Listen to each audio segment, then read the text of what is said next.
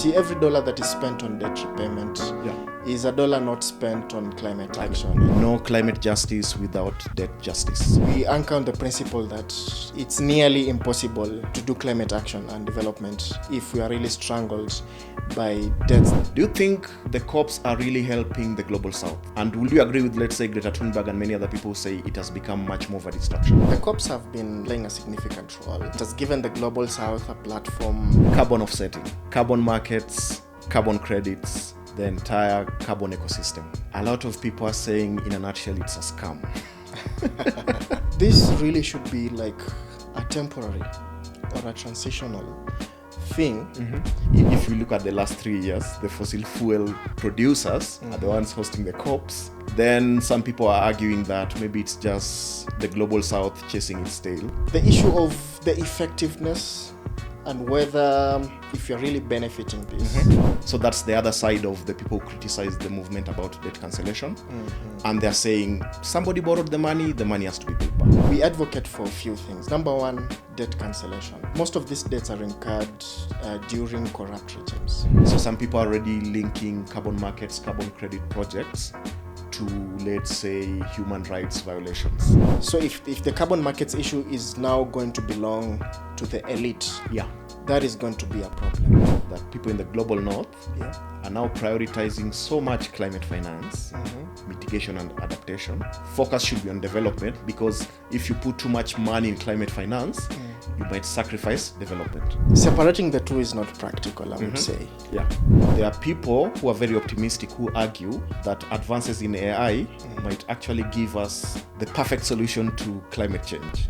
Like the carbon markets, it's a double-edged sword. The AI predictive models, they can really help us, improve our early preparedness. The amounts of energy and amounts of water, for instance, to cool the huge data centers that power AI, the generative artificial intelligence that we see around. This AI driven by algorithms, These algorithms are biased. Maybe some malicious multinational corporations are biasing them to their advantage. Debt restructuring, including something like a debt freeze, debt suspension, is something much more pragmatic, much more, let's say, realistic when compared to complete debt cancellation, a debt jubilee of sorts. These debts really come with harmful conditionalities. Building robust carbon markets across the world. Exactly. Which is why some people are saying it's basically greenwashing. I think it should be custom made, because again, there are also other factors that can lead to the failure. And what is actually removed by trees is very different to what is produced by burning fossil fuels. The impacts of climate change have derailed development. Are you not afraid of, let's say, what some people refer to as the rigidity of, let's say, the global north when it comes to stuff like debt cancellation? We always aim high. Aim for the stars, land on the moon. Exactly.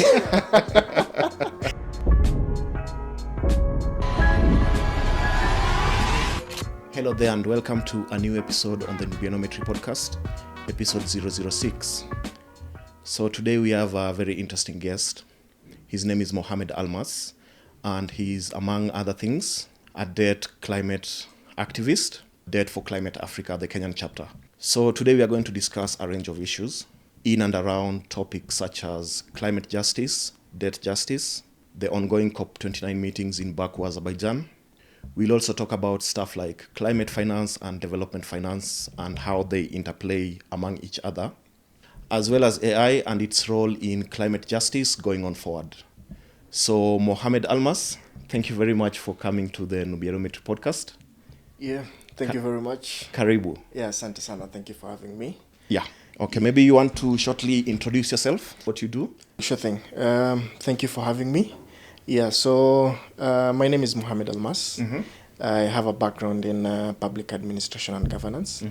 And amongst other things, I'm currently the Deputy National Co-ordinator for Debt for Climate movement. It's a global movement, but I'm based in the Kenyan chapter.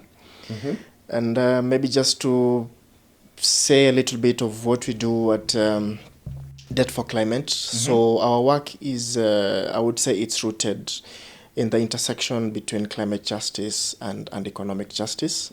So really we advocate for cancellation of debts that limit the capacity of developing nations to address, climate challenges that they are facing and their development needs. So it's not really just about debt. I would say it's a matter of economic justice, it's a matter of social justice and environmental justice. Okay. Yeah. So there's this mantra where you hear from a lot of debt justice activists and climate justice activists as well. Yeah. No climate justice without debt justice. Does that kind of encapsulate what Debt for Climate Africa stands for? Yeah, I would say so. Because as I started saying, we intersect debt justice and climate justice. And just maybe to make people understand what debt justice activists do. What they do, exactly. We anchor on the principle that it's nearly impossible to do climate action and development if we are really strangled by debts that are really burdening us. So we advocate for a few things. Number one, debt cancellation. This is because most of these debts are incurred during corrupt regimes and or maybe as a result of exploitative colonial systems. So really it's about moral redress and economic redress. So another thing that the concept of odious debt. Sorry? The concept of odious debt, in a way. Yes, absolutely. And another thing, what we really advocate for as debt activists, debt justice activists, is having a fair global financial architecture. We need to make sure that we recognize the specific vulnerabilities that developing nations are having, and they're mostly in the global south. Okay, we need to consider such things as having fair terms of trade. We need to consider having things like transparent lending. We also need to consider that we need to have mechanisms to address economic shocks that these highly indebted nations are really facing. And another thing that we really advocate for is debt restructuring. You see, every dollar that is spent on debt repayment is a dollar not spent on climate action. It's a dollar not spent on education, on healthcare, and many other social action. So really we are not saying that we are absolving nations of their responsibility of paying these debts, but it's about achieving equity and sustainability. So meaning there are different ways that you guys are pursuing when it comes to the issue of debt. So you're not only advocating debt cancellation, but you're also advocating, where possible, also debt restructuring. Yes. How about debt swaps? Well, or you are concentrating more on debt cancellation? If that's not possible, debt restructuring. Yes, as a movement, that's where we are focusing on. So there are people who will criticize that position. For instance, because a lot of people, let's say in the West, they will argue, well, colonial debts that rolled over, maybe that's a special area. But let's say since the 60s or the mid-60s, when many African countries received independence, or as Marxists refer to it, flag independence, so not really independence, but we won't go down that route. So the argument is 50, 60 years after independence, flag independence, whatever it is, some of the colonial debts, maybe they ended by the year 2000.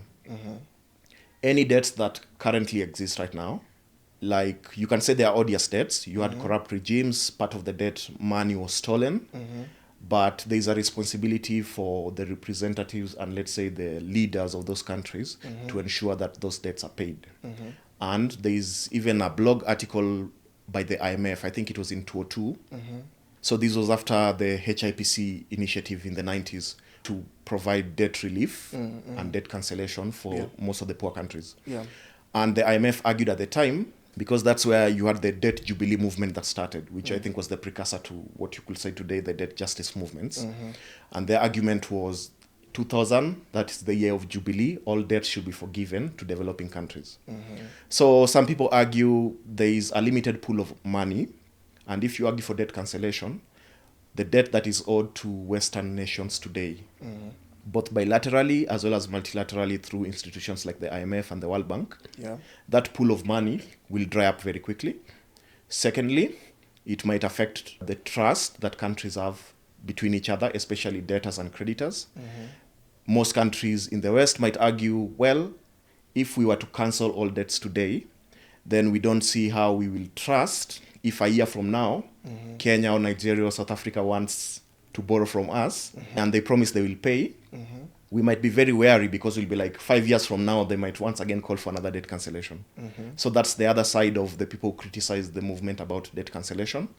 And they're saying somebody borrowed the money has to be paid back. Otherwise, it might even explode the entire global financial system. How would you counter such an argument? Well, it is debatable. The issue to do with corruption, that is, I would say it's a legitimate concern. And what you're talking about, the worry that, okay, if you cancel this debt, are they going to borrow debt again? And then again, are they going to ask for the same thing? Is it going to be a vicious cycle or something? Yeah. You see, if you start with debt cancellation, and then you make sure that you do the debt restructuring, whereby countries are able to borrow, you're able to lend to countries according to their ability, according to their capacity. So what I had mentioned about recognizing their vulnerabilities, and issues of fair trade and all that. So if you well restructure it, then it's not going to be a cycle. Okay. So number one, cancelling the debt, it's a matter of achieving the equity and sustainability. And then now when you restructure it, moving forward, countries are going to be able to be in a better place to be able to pay these debts without even asking for debt cancellation and all that. And, talking of corruption, we really need to look at the current accountability measures that these lenders are having. Yeah. And the structures that they're having that are actually really contributing or maybe escalating this corruption, because we need to look at the realities. Number one, these debts really come with harmful conditionalities. Yeah. And you'll find most of them, they focus on the extractive industry, which is highly hazardous to the environment. Yeah. And actually, you'll find in most countries whereby they really thrive in the extractive sector, there is a very huge gap in the social classes. There is an increase in the inequality and all that. And then, well, corruption, I would say, it's not unique in Africa. Yeah. It's everywhere. So I think the solution, true. it's about what mechanisms are we coming up with to make sure that we improve in the accountability and transparency mechanism in both the borrowing side and the lending side. So, yeah. Someone will say then that debt cancellation looks more to be idealism, a much more ideal situation. Debt restructuring, on the other hand, will be something much more pragmatic, because part of debt restructuring is also changing the terms. Let's say if you had a grace period of 10 years, you can increase that to maybe 20, 30, 40 years. If you had interest rates at a particular mark, then you can cut them by half so that the interest rates reduce, and also the grace period within which the party has to start paying back changes. And there is also another concept which quite fits under debt restructuring, which is debt suspension, or debt freeze. And I think even the Kenyan president argued sometime back in Paris, there was a summit, new financing architecture, I think it was in last year, June, July. Yeah. And it was something along the lines of, in the Marshall Plan after World War II, many Western European countries actually received a debt suspension for like 10 years. So no interest payments. Even the grace period that starts coming hasn't yet kicked in. So don't you think that maybe debt restructuring, including something like a debt freeze, debt suspension, is something much more pragmatic, much more, let's say, realistic when compared to complete debt cancellation, a debt jubilee of sorts? Well, it's an interesting discourse, but I would still emphasize that we need to start with the debt cancellation, because let's look at the status quo. It's the ordinary citizens that are bearing the brunt of this of this debt. Yeah. So you find that there are over taxation, and let's say reduced expenditure in social welfare. Okay. So we have that problem already that you're having. So how are we going to solve that? In order for us to have our taxations coming down, government redirecting resources towards social development and all that, they cannot do that while we're having debts to pay. So the starting point, let's get rid of this first, and then let's start afresh with now a restructured system. Yeah. And are you not afraid of, let's say, what some people refer to as the rigidity of, let's say, the global north when it comes to stuff like debt cancellation? Aren't you afraid that you might beat the drums of debt cancellation for the next 10, 20, 30 years, and yet nothing will happen because of that rigidity? Well, we always aim high. I'm very sure they're going to be progressive. Aim for the stars, land on the moon. Exactly. I'm sure with time, they're going to be progressive mechanisms because, there's so many issues why we're asking actually for debt justice. Yeah. For instance, reparations that came from slave trade and all that. Yeah. There's so many reasons that we're really asking for debt cancellation. Yeah. Only that we ask them from different angles, from climate justice, from, Debt justice, the people are talking about reparations. Exactly. Maybe the return of artifacts that was stolen during the colonial period. And actually, talking of artifacts, they are very expensive. They're very, very valuable. Yeah. So I'm very sure the global north, back in their mind, down in their hearts, they really agree to this. Only that they need to come up maybe with a mechanism that they feel. Yeah. Yeah. Let's transition into the next topic. Sure.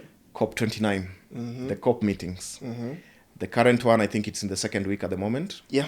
It's being hosted in Azerbaijan, in Baku, one of oil and natural gas producers, the big ones. Last year it was hosted in Dubai, the United Arab Emirates. The year before that it was in Sharm el-Sheikh, in Egypt, which is also a fossil fuel country with oil and natural gas deposits. A lot of people at the moment are arguing that the COP meetings have become much more of a distraction. Yeah?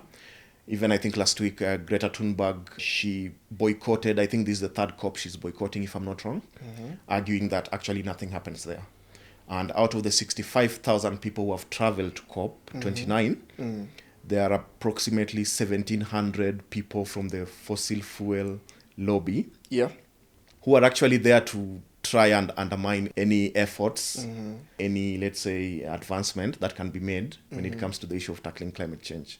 On the flip side, there's this argument of 65,000 people, all of them heads of state, people from the civil society, business, etc., even activists who all travel with planes to one location. Do you think the COPs are really helping the global south? And will you agree with, let's say, Greta Thunberg and many other people who say it has become much more of a distraction? Well, it is quite debatable. I would say yes and no. Yes and no? So let me start by acknowledging that the COPs have been playing a significant role in elevating climate issues at the global level. It has given the global south a platform, to hold these high emitters accountable, and there also have been developed so many ambitious I would say climate goals. I would say that.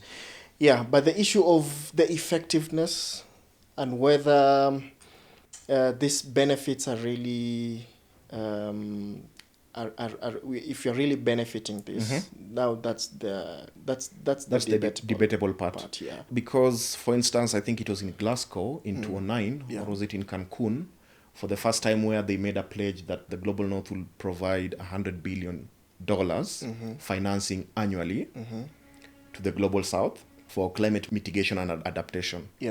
And it took, I think, 13 years until last year in COP29 with the establishment of the Loss and Damage Fund for that pledge to actually be met. So there was this nice title on an Economist article, a decade late and a dollar short.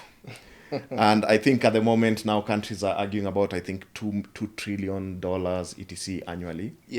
So if you look at that period, it took an entire decade for such kind of a commitment, the establishment of the Loss and Damage Fund to actually occur. And people are arguing that the COP meetings, to be honest, they are providing the Global South with a platform, with a much bigger voice footprint, as it were.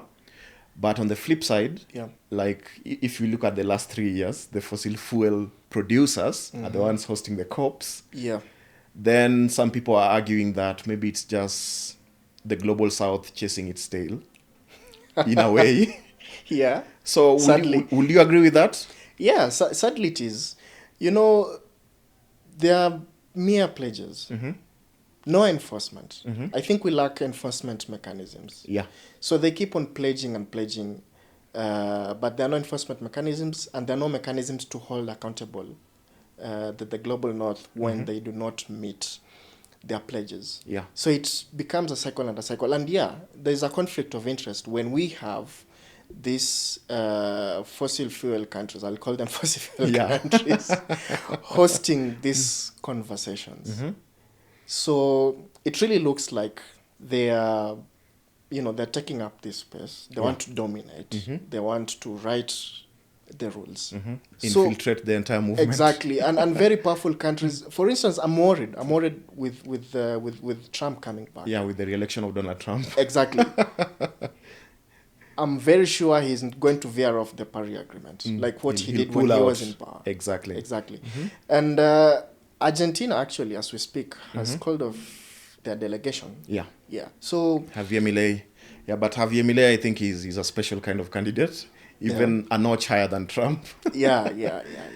But I think like last year in Dubai, I think the conversation, when it ended with an agreement, they said one of the things I remember was like natural gas was rightly labeled as a transitional fuel. It's not like oil, maybe, the normal fossil fuels, but we're like, we can use natural gas as a transition to green energy.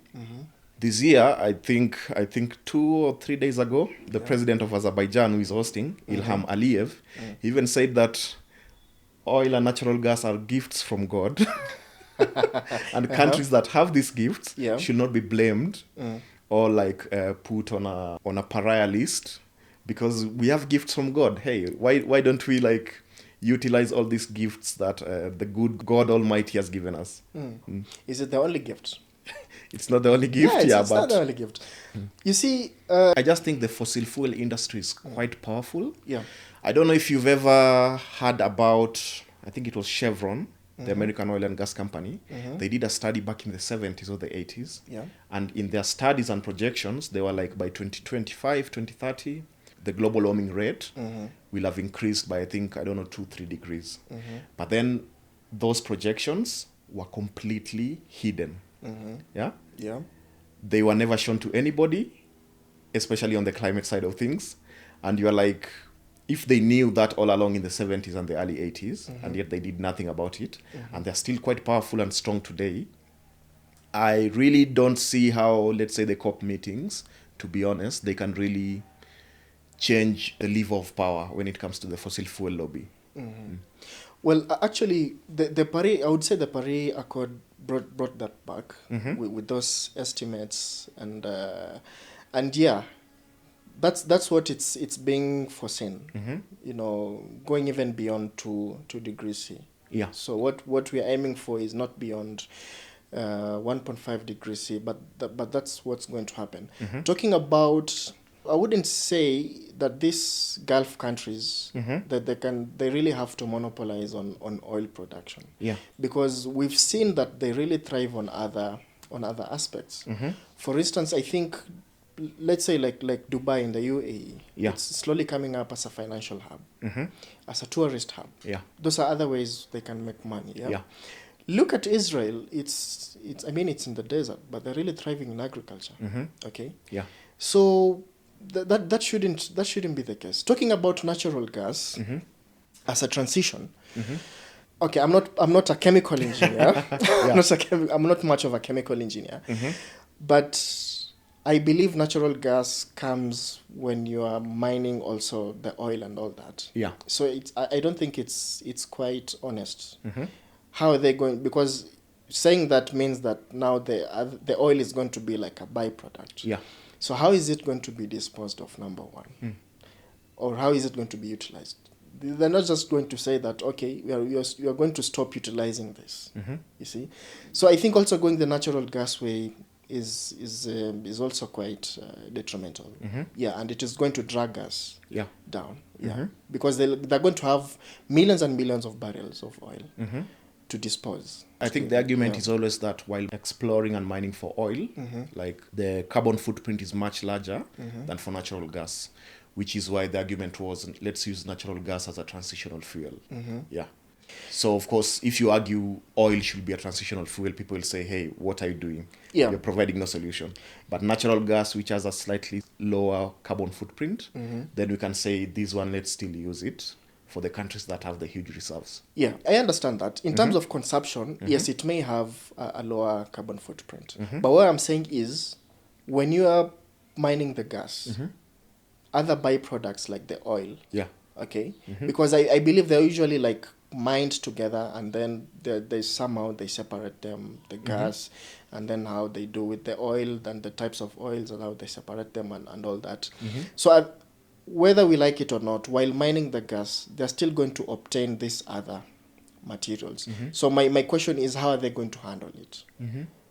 Are they going to dispose it? And if they dispose it, how are they going to dispose it? So in terms of consumption, but in the background, since they're they're still obtaining the oil, then where is it going to go? I actually thought like they're mined in different locations. With natural gas, maybe you have the gas fields, and with oil, it's mostly the oil fields. Yeah, so maybe there are some places where you have both oil and gas in the same field, and maybe they can be mined differently. But like if you look at especially natural gas deposits, you find a lot of them in the coastlines, like in the ocean. Aside from maybe countries like Qatar, but even I think Qatar, they still do a lot of it from the ocean. Yeah. So where you find oil, you may not find gas. But where you find gas, there is oil. Yes. Okay. That's the situation. Yeah. So having talked about natural gas being a transitional fuel, let's transition into the next part of the conversation. Sure. Carbon offsetting. Carbon markets, carbon credits, the entire carbon ecosystem. A lot of people are saying, in a nutshell, it's a scam. I don't know, what's your take on that issue entirely? Well, I would say that discourse is highly polarized, Yeah.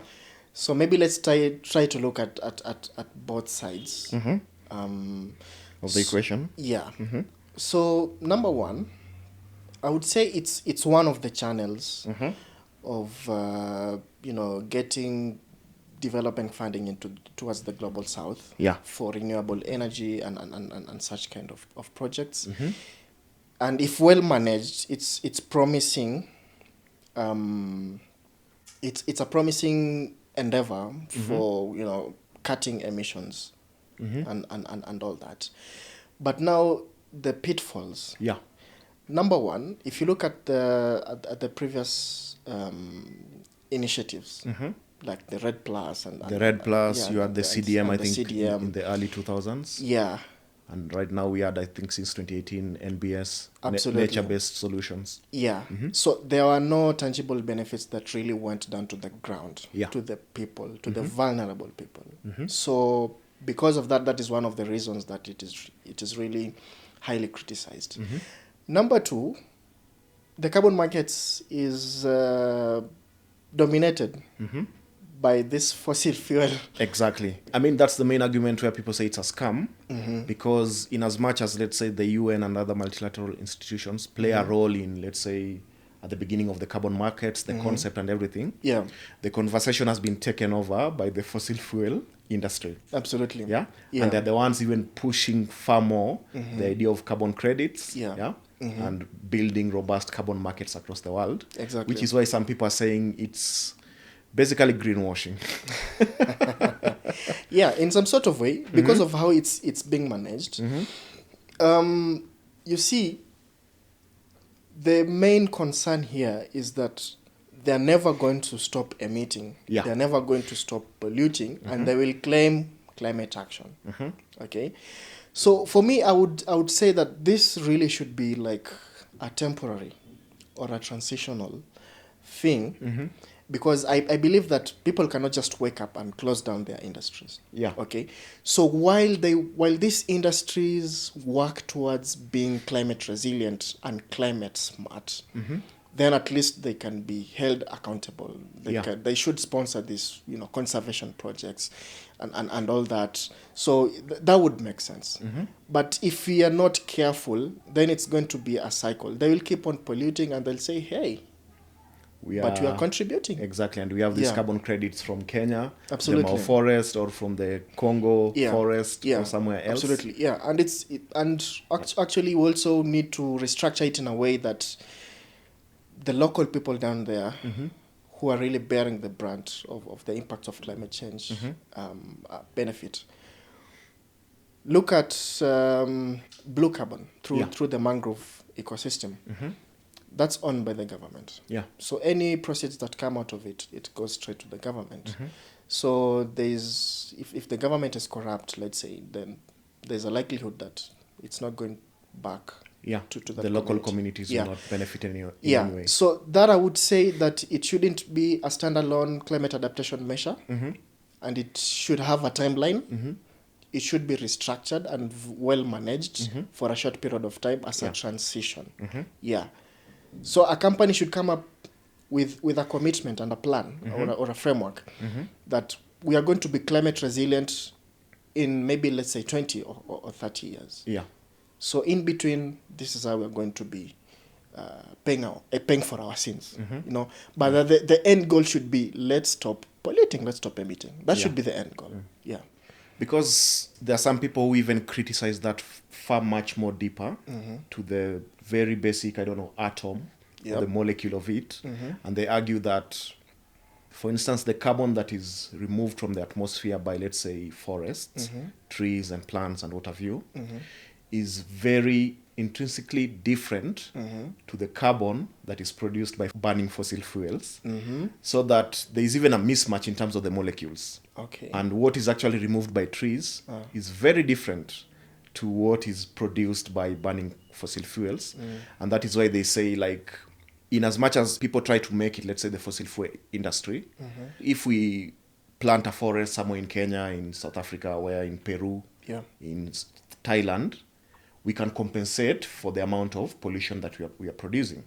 Even airlines, there are so many airlines who say, hey, if you can pay an extra amount of money, that money will go towards a carbon credit project somewhere else, so that we compensate for the carbon you're producing by flying. And a lot of people generally have bought the scheme.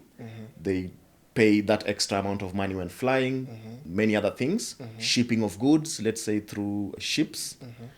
And the argument that, like, the critics of carbon markets really say and carbon credit system is that the molecules are entirely different. And what is being argued actually here is a very different kind of carbon molecules. Yeah. Well, that's an interesting perspective. And actually, I would stand on the side of the scientists than the side of the economists. And for the flights, really, which are also guilty of that. And it's something that everybody's guilty in one way or another. But I'm seeing China is making some progress in testing hydrogen as a fuel for fueling flights. So I think maybe with time, such kind of initiatives, that the green energy transition towards that really need to be upscaled and supported in a way that, I know at the beginning maybe flights are going to be more expensive and all that, but when it becomes large scale in production, then I think the global price is going to be manageable in a way that we can manage the flights prices and all that. Coming from, again, still on the topic, from the, let's say, the aspect of debt justice, climate justice, you mentioned social justice, environmental justice, all these various, let's say, wings or perspectives of the justice as the main, let's say, driving goal for, let's say, a better life for people, let's say, in the global south. The other issue I've seen where people criticize carbon markets, carbon credit systems, especially with those projects being done in the global south, is that sometimes, I think there was even a case in Kenya last year where I think it was the UAE that was pursuing a carbon credits project in Mau Forest, and part of the Ogiek community, a small minority group in Kenya which lives in part of the forest, they were actually removed from that place. People were chased, their houses were burnt and stuff like that. And I don't know. I could suspect that maybe we have similar cases on the African continent, maybe even in Latin America. So some people are already linking carbon markets, carbon credit projects to, let's say, human rights violations. Yeah. Because people are so much focused on carbon credits and they're chasing that, and the governments in those countries actually want to get those carbon credits, however, raise that money or whatever they do in any way they can, then communities that maybe live in a particular place, they'll just be kicked out. They'll be displaced. Maybe there won't be any compensation. There could be compensation, but probably human rights violations will occur. So that some people are against carbon markets, carbon credits. Do you think it taints the entire carbon market, carbon credits project? Yeah. Or maybe that's just one small portion of it? And if addressed, carbon markets, carbon credits project system is still a good thing? Yeah, actually that is a major concern. That is a major concern. Talking of indigenous communities being left out of this. Yeah. Indigenous communities, this part of the vulnerable and marginalized groups that you're talking about. So yes, that's a human rights concern, and it's really a major issue. And it becomes even more serious if now we are classifying. So if the carbon markets issue is now going to belong to the elite, that is going to be a problem. So yeah, this really needs to be addressed. It really needs to be restructured. Yeah. And it's very sad that it was designed by the polluters themselves and the global north. Yeah. So the voice of the marginalized is lacking into this. So I think the whole thing really needs to be put to a stop and restructured in a way that there is equal benefit sharing. Yeah. And as I said, it should be just a temporary, a transitional measure. Yeah. And not something long-term. Yeah, absolutely. Because if it's long-term, it's not only maybe for those who argue greenwashing, but on the flip side, you'll also have indigenous communities who come and where they live, they're displaced, they're kicked out. Yeah. And that keeps continuing every time because people want to launch a new carbon credits project. Yeah, because when that wealth is distributed to everyone in the community, it may not be meaningful. Yeah. It may not be sustainable. It may not be enough. So that's why you find that the elite are like, if maybe it's everyone in the community is going to end up with maybe 100 shillings, then why not take just all of it? Like it doesn't make any sense. Yeah, exactly. So really, we really need to reform. Yeah. Another topic that is always quite common in such kind of discussions. There are people who argue that climate finance and development finance are two sides of the same coin, so that they intertwine. There's a lot of interplay between the two, and that's why they're supposed to be conjoined, or two sides of the same coin. Yeah. There are people who argue that for developing countries, like most of the countries in Africa, development should be the priority. Climate mitigation and adaptation, we understand it. It's affecting mostly the global south again. However, if countries in the global south can make strides in development, then they will reach a position where they can handle most of the climate mitigation and adaptation. Yeah. Now, there are people who argue, maybe in a much conspiratorial fashion, that people in the global north are now prioritizing so much climate finance, mitigation and adaptation, at the expense of the normal old school development. And that these two things should actually be separate. Africa should prioritize on developing itself first, or Latin America or parts of Southeast Asia. And if money is diverted towards climate mitigation and adaptation, maybe a little portion can be diverted to the most extreme situations, let's say floods or hunger and famine. But focus should be on development, because if you put too much money in climate finance, you might sacrifice development. Do you think this dichotomy actually exists, or where do you stand in that discussion? Well, separating the two is not practical, I would say. Yeah. Given the current global situation, you see, the impacts of climate change have derailed development. Yeah. Okay. So you see they are interconnected. I would say climate finance currently, as we speak, actually should be like a prerequisite for development finance. So if, for instance, maybe you come up with a climate mitigation project, let's say maybe in the small island development states where maybe they are highly vulnerable to cyclones and all that. So if you come up with mitigation projects such as climate resilient infrastructure, so that's a climate project, yeah? Yeah. But don't you see that at the end, it's a long-term development project. So we need to address this issue first, okay? Making sure that we are resilient, so that the development now can be able to be sustainable. Otherwise, if we are not resilient and we rush to development, then we are still vulnerable to the same shocks. And it's going to be, a vicious cycle. So I would say they shouldn't be separated. They shouldn't be separated. Yes. Because some people still argue, in terms of development, I mean, you can talk about, let's say, building infrastructure, which can actually help an economy in a much bigger way. Yes. If you can talk about building, let's say, energy infrastructure, let's say hydroelectric power dams, geothermal power plants, stuff like that. Yeah. If you compare that, now they might be called renewable. Some people talk about, let's say, nuclear energy.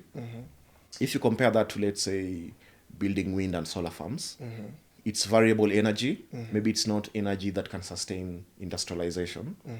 But if a lot of money is being poured in that direction of climate finance, you'll always be needing that amount of money.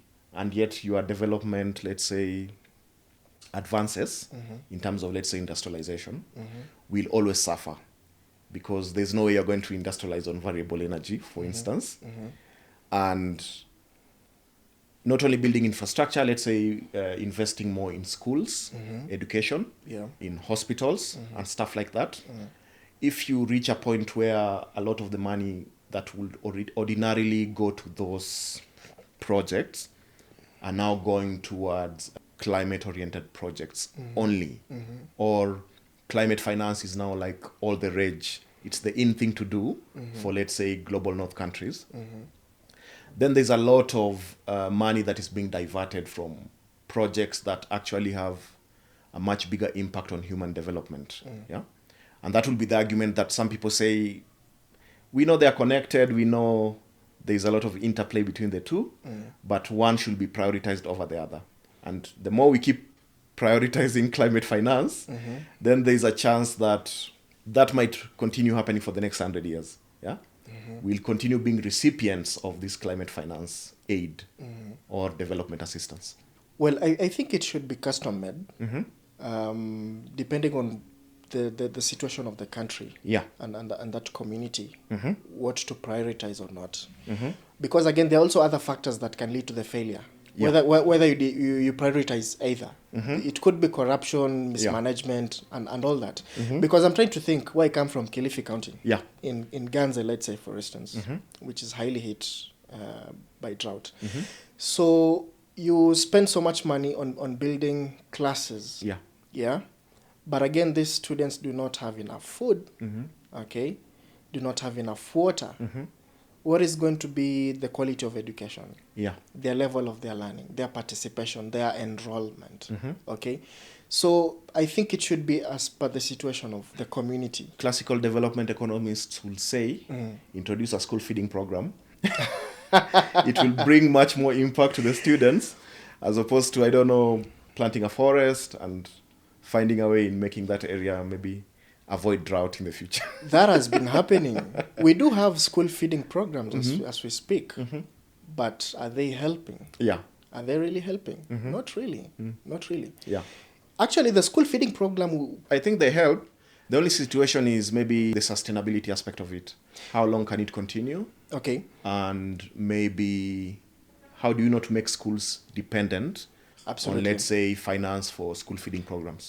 But I think it's one of the areas where even in development aid, development assistance, they always say it brings much more better results in many developing countries. Like if you bring a school feeding program, even kids who ordinarily would miss school, now you find that the attendance numbers are quite high. Yeah. Yeah, you see, there's a current project ongoing which is really facing so much challenges in Kilifi County. So the school feeding program, it is the local farmers who produce Yeah. the food and then they sell it to the schools. Yeah. So you see, number one, the resources go back to the community Yeah. and there's food for students. But now with the climate shocks and all that, farmers are not able to produce enough. Okay, so yeah, the issue is with the sustainability, as you say. So it cannot stand alone. Now you've decided to just focus on school feeding as a development finance, but again, you cannot sustain it. If you need to budget for it each and every year, and tax people for it, then it may not be meaningful. Yeah. Okay. If we also, sometimes we import food. Yeah. Okay. We import a lot actually in a Kenya. lot of food. So it's going to be actually really bad if we are importing the food to feed our children. If you're not building the capacity, if you're not looking at the climate adaptation measures, how can we empower our farmers, our local farmers, to produce enough food to feed themselves and our children in schools? Okay, so that is a climate issue. It needs climate finance. Okay, in order to make this development finance for the school feeding program to be sustainable and to make sense. Yeah. So it's a chicken and egg kind of scenario, right? Absolutely. Yeah. You'll argue all you can on the development side of things. You'll argue all you can on the climate finance side of things, and then you'll just keep getting stuck in like circular reasoning or something of the sort. Yeah, they're interconnected. We cannot separate them, especially in Africa. Yeah, I don't think we can separate them. Yeah. Now that you come from Kilifi County, which is, let's say, a coastal community, a coastal area, coastal region, there are maybe conversations around the world, etc., that maybe coastline areas suffer much more from climate shocks. Is that the case if you, for instance, compare Kilifi County and maybe Mombasa County as well as Lamu, if you compare that, let's say, with much more inland counties in Kenya? Or you can even talk about countries, landlocked countries versus countries which have a coastline. Well, of course, there's a scientific aspect to that, but I would also say the major shock comes with livelihoods being affected. Because we know now the coastal countries highly depend on coastal activities such as fishing. And now when we have impacts of climate change such as the changing temperature of the waters and the pressures, and it impacts the organisms that live underwater. So it may push even the fish even deeper. And you find now in the local communities are going to suffer in terms of livelihoods because let's say maybe they can only move with what they have in terms of equipment and gears for fishing. They can only move maybe 1 to 2 knots. But now the fish have moved further, which means they need more sophisticated and more modern gears, which they may not afford and all that. So that highly impacts their livelihoods. And you very well know that when livelihoods are degraded, what happens to the community?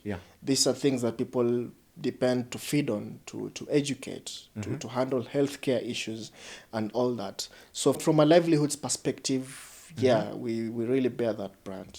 So like rising waters and receding coastlines. Yeah, absolutely. We have ocean acidification that corrodes habitats for fish. So fish keep going further and further. And now you find that you're having now foreigners coming in with the modern gears and trawlers and all that and doing it for us. So we now go down the scale when it comes to the value chain. You are no longer a producer, you're just maybe a middleman or something like that.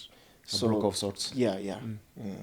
So Mohamed, the AI, you can call it a hype, you can call it a bubble. Some people are saying it's a bubble, it's a hype. Maybe it's a real transformative and disruptive phase that we are entering into, the AI revolution.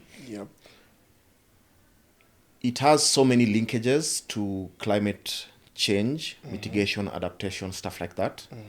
There are people who are very optimistic who argue that advances in AI might actually give us the perfect solution to climate change. Yeah. So instead of people arguing about, we have to stop the fossil fuel industry and stuff like that, AI might help invent a technology that will ensure that we can even have clean energy from the fossil fuels, something of the sort.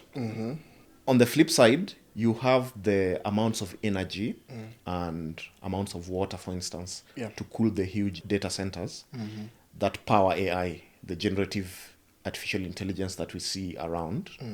What's your take on AI and how it intersects with climate? Well, like the carbon market, it's a double-edged sword. Yeah. So, of course, there are benefits that AI come with, and also detriments around that, as you've mentioned, some of them. So, I think, for instance, the AI predictive models, they can really help us, improve our early preparedness, disaster preparedness in that, coming up with early warning systems and all that. It also makes research very fast, coming up with actionable solutions for climate change and all that. But again, what you're saying, of which is something I think can be mitigated. It's something that really we need to be intentional about. These data centers, given that there's high energy consumption. And what you say, using a lot of water to cool these data centers. I think there's And a lot of them are actually using, I read somewhere, let's say in the US, they use thermal plants. Where they burn gas to actually power. And I think in recent months, most of the big tech companies, Google, Meta, I think Amazon Web Services also, they are now moving towards signing agreements with small nuclear power plants, nuclear energy, because they're arguing we really need a lot of energy. Thermal plants are really not helping with the carbon footprint. Nuclear is still, some people consider nuclear as green energy or clean energy, despite the radioactive waste. Nuclear power plants, at the moment, to at least have that not sustainable, but stable energy source. Well, what I know is in nuclear energy, there's also a lot of heating. And most of these nuclear power plants are usually in the proximity of a water source. They have to be cooled down by water. They have to be cooled down. So I think the aspect of using water and a lot of it to cool down, it's I don't think it's something that has been addressed yet. Though I acknowledge that AI, it's still a new thing. So I think we really, and it's good that we have recognized the good sides of it and the bad sides of it. And I think we just have to be intentional about how we are going to mitigate these issues. Another thing now is an ethical concern. Because, this AI driven by algorithms, So if these algorithms are biased, maybe some malicious multinational corporations are biasing them to their advantage. Now that is really going to be a problem. Really, really going to be a problem. Because anyone who is even using AI for some simple research is just relying on some data lying somewhere. So if that data is manipulated, then we are finished. So I think the ethical concerns need to be looked into. Especially the environmental concerns need to be looked into as well. Especially if you're not talking about, let's say, the fossil fuel lobby. And you have, people, let's say, in the US, many parts of the world, Trump himself, saying climate change is a hoax. Now, how about, let's say, if people start manipulating some of the data? Absolutely. Which speaks to climate change being a reality. And turning it around and saying, if you try your search on ChatGPT or whatever, or Gemini, you get results like, climate change, it's not a sure bet that this is actually happening. I can imagine that. It could lead to a dystopian world of sorts. So I think it's something we can harness, but we need to address these challenges. As we wind up the conversation, Mohamed, with the organization that you work for, Debt for Climate Africa, what are the challenges that maybe you guys are facing on the African continent? Because I understand there are different chapters in different countries, right? Do you think you guys are making inroads in terms of shaping the conversation? Are you guys moving a needle in terms of, let's say, raising much more awareness? with, let's say, the entire movement across the continent, but you can also talk about the Kenyan aspect of it. Sure. Actually, it's a global movement. It's a global movement. Yeah, it's a global movement. You mentioned that at the beginning. We actually have even countries from the global north who are part of the movement. Yeah, so the challenge is because what I mentioned is that we do a lot of public awareness, which is resource intensive. Yeah. And also really needs a lot of innovation, because when you talk of public awareness, for it to be inclusive, you have to reach down to the grassroots. And talking of the grassroots, which may even include indigenous communities, some of these things actually really need to be interpreted. Yeah. And at some point even translated to their languages, or maybe to narratives that best resonate with them, so that they can understand this concept and they can own it. Community ownership is key when it comes to movement building. Generative AI. Absolutely. Absolutely. So it is quite resource intensive. And I would say, like, the Kenyan chapter, it's not like a full-time running organization. Each and every member have their own careers that they're chasing. You could be an entrepreneur, you could be employed somewhere and all that. So, sources of funding for doing such kind of outreaches, and even, onboarding experts, communication experts and economic experts, for the sake of, like what I'm saying, the localizing of the messaging and all that. Yeah, and then another thing that we do is engaging policymakers. And that's also another challenge. So governmental as well as multilateral? Absolutely. Okay. And you can see for yourself how they think, how dealing with them might be difficult, how the global north is actually viewing this issue of debt cancellation and all that. So conveying that message, even something, even having a platform with them, may be quite a challenge. Okay. Yeah. So I would say those are the challenges that actually most of the countries are facing, not just in Africa, but even in other countries. It's still in the global south. So we are looking forward to the global north also join this discourse to amplify our voices out there. So yeah, it's not quite an easy task, but we do all we can. You do all you can. Yeah. Okay. And so I'm also assuming, like, because it's a global movement, definitely there are people from the Debt for Climate movement in COP29, probably some of the protesters that we see in such kind of places. Or not only protesters, but they're actually also in discussions. Yeah, and not just panels and not just in the I'm not sure about the panels, but when it comes to the climate strikes, you will find them there. And it's not just in the COPs, even in the annual meetings, the World Bank and the IMF meetings. The G20 and... Yeah, G20 is coming up in Brazil. Exactly. In Rio, I actually already saw some activists, but it was on a different issue, the Israeli issue. Yeah. So around the year, we usually have the global calls. It could be like an online action and a physical action for those who can make it there in person and all that. So you'll always find us in these places. Yeah. And in Kenya, when it comes to the entire climate change, climate justice space... How big are you guys? Like, are you guys part of the people leading the conversation, or? Well, I would want to believe so. The Kenyan chapter is only about 1.5 years old. Old? Oh, yeah, it's only 1.5 years old. So we are currently recruiting more members, and it's not an easy task. As I've said, we need to have ownership. For the movement to be meaningful, there needs to be ownership, and ownership comes with a lot of things. Understanding the difficult concepts and all that.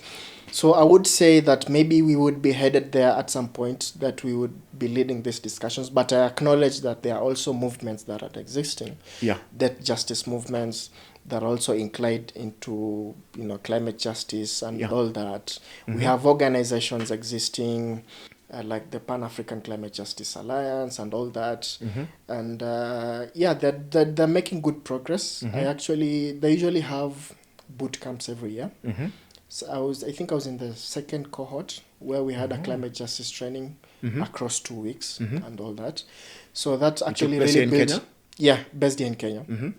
People come from all over Africa. but it's based based here in Kenya. Yeah, it's based in Kenya. So yeah, that time back I was working for an organization called VSO, and they sponsored me. Yeah, they sponsored me to attend the training, and it was really meaningful. I was able to meet with fellow African climate change activists, you know, that peer-to-peer exchange, and Getting new also the training perspectives. and all that, and also practical experiences, because there are field visits and all that. Yeah. So yeah, I think there are so many initiatives ongoing which are really progressive. Okay. Yeah. Parting shot, Mohamed. All these topics that we've discussed, from the COPs, talking about climate justice, debt cancellation, debt restructuring. We've also mentioned something about AI and the future of climate. Yeah. We've talked about climate finance versus development finance. And I also think we talked about the carbon markets, carbon credit projects. What would be a parting shot? Well, first thing I would say that, you know, the global need not to view as activists, as mere noisemakers. Yeah. For instance, here in Kenya, I would say that I'm not fighting the president. Yeah. I'm advising him. It's really a matter of equity. It's really a matter of sustainability. Yeah. You know, we need to make sure if we are contributing equally to this harm, then we should suffer equally to it. Yeah. And if there are any benefits that come around it, then there should be equal benefit sharing. Yeah. Nothing more, nothing less. Nothing more, nothing less. Yes. Thank you very much, Mohamed, for coming to the episode. I think it was quite enriching, lively. We've discussed very different topics and issues on both sides of the divide. And I think I've really enjoyed the show, to be honest. Yeah, me too. Yeah. I think the conversation has been really nice. Hope you Yeah. found it as well that way. Yeah, it's very meaningful, and it's one of the channels that such movements use to amplify our voices out there. Yeah. People need to understand. Yeah, and we need more of this platform. So really grateful, really grateful. Okay. Yeah. Okay, thank you very much, and maybe we'll get to do this some other time. Yeah, sure thing. Even with other actors, people in your circles, you can probably recommend names. Sure. And we can continue such kind of conversations. Yeah, absolutely. I'm looking forward to maybe some sort of a debate or something. No worries Yeah, at all. absolutely. No worries. Great. Okay, and to you watching this episode online, it's been an hour of a really interesting discussion that we've had with Mohamed Almas, who is also the Deputy Regional Coordinator of Debt for Climate Africa Kenyan chapter. I hope you've enjoyed the show. Thank you for watching, and if you enjoyed the video, kindly subscribe, and we'll get to do another episode some other time. Thank you for watching. Have a nice day, afternoon, morning, or evening, wherever you are. Bye.